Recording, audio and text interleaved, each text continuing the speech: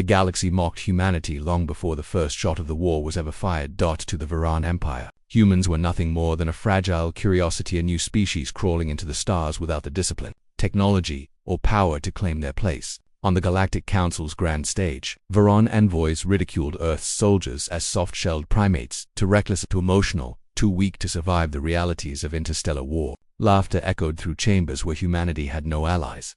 The mockery turned to open scorn after Earth resisted conquest longer than anyone thought possible. Every victory the Empire scored, every fleet it crushed, was broadcast with sneering commentary. The galaxy laughed at the stubborn species clinging to hope, but what they did not understand was that humans did not need armies to carve legends. Sometimes, it only took one. His name was Kalon Stroud, a special operations operative trained in shadows, deception, and warfare so unorthodox it was considered madness by alien tech. To the Empire, he was a ghost without a record. To Earth, he was the sharpest edge in a war that had already bled billions. Kellen's mission was unlike any before it.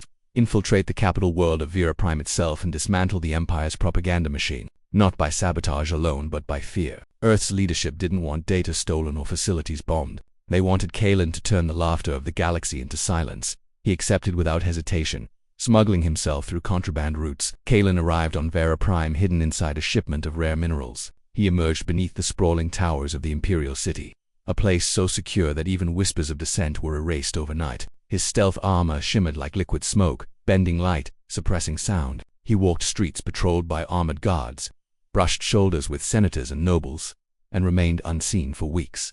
Kalon studied the Empire's lifeblood, their arrogance. Holly broadcasts showed images of conquered human cities, with Varan commentators joking about Earth's pathetic soldiers. Children were taught rhymes about weak humans who cried when struck. Across the capital, humans were nothing but the punchline to a cruel joke. That was Kalon's opening. The first strike was subtle. A senator who had publicly mocked Earth's prisoners was found in his chambers, but babbling incoherently, eyes wide with terror, repeating only two words: "He's coming." Security footage revealed nothing. The second strike was louder. An entire broadcast tower went dark mid-transmission, and when the signal returned, the studio was in ruins. Painted across the walls in the senator's own blood were words that sent shivers through every viewer.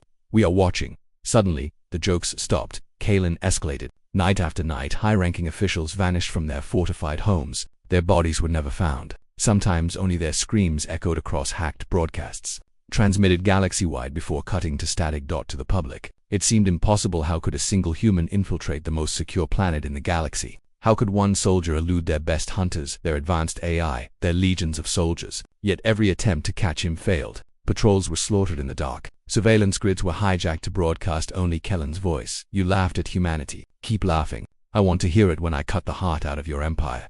Fear spread like wildfire. The galaxy that once mocked humans now whispered about the nightmare. Markets faltered, colonies rioted, even the council grew restless. The Varan Emperor ordered Kalon's capture, deploying thousands of soldiers, drones, and assassins. None returned. Kalon's final strike came during the Empire's Grand Parade, a celebration meant to show the galaxy that Vera Prime was untouchable. Billions tuned in as towering war machines marched through the Imperial City. The Emperor himself addressed the crowd, boasting that the so-called human threat was nothing more than a coward's myth. That was when Kalon appeared. Not in flesh but on every screen, every broadcast, every projection. His face, hidden behind a mask of shadow, filled the galaxy. His voice cut through every world, every station, every ship. "You thought humanity was weak. You mocked our pain, our blood, our dead. But tell me, do you mock us now? Or do you tremble in the dark, wondering if I am behind you?" The crowd froze. The Emperor stammered, demanding his guards seize him. But Kalon was never there. Instead, the parade's machines turned on themselves, detonating in a chain of explosions that rocked the capital. Towers collapsed. Fires swallowed streets. Panic erupted live across the galaxy. When the smoke cleared, the Emperor's throne stood empty. No body was ever recovered. The galaxy never laughed at humans again. Kalon Stroud was never captured, never confirmed dead or alive. Some said he became part of the shadows, stalking Varan strongholds until the war ended. Others whispered he was only one of many operatives, the first of Earth's vengeance made flesh. But the lesson remained. The Empire learned that mockery could turn to fear in a single heartbeat, and that one human, armed with nothing but determination and fury, could unravel an empire that had stood for millennia. And across the stars, the story spread, from mockery to fear, how one human became the Empire's nightmare.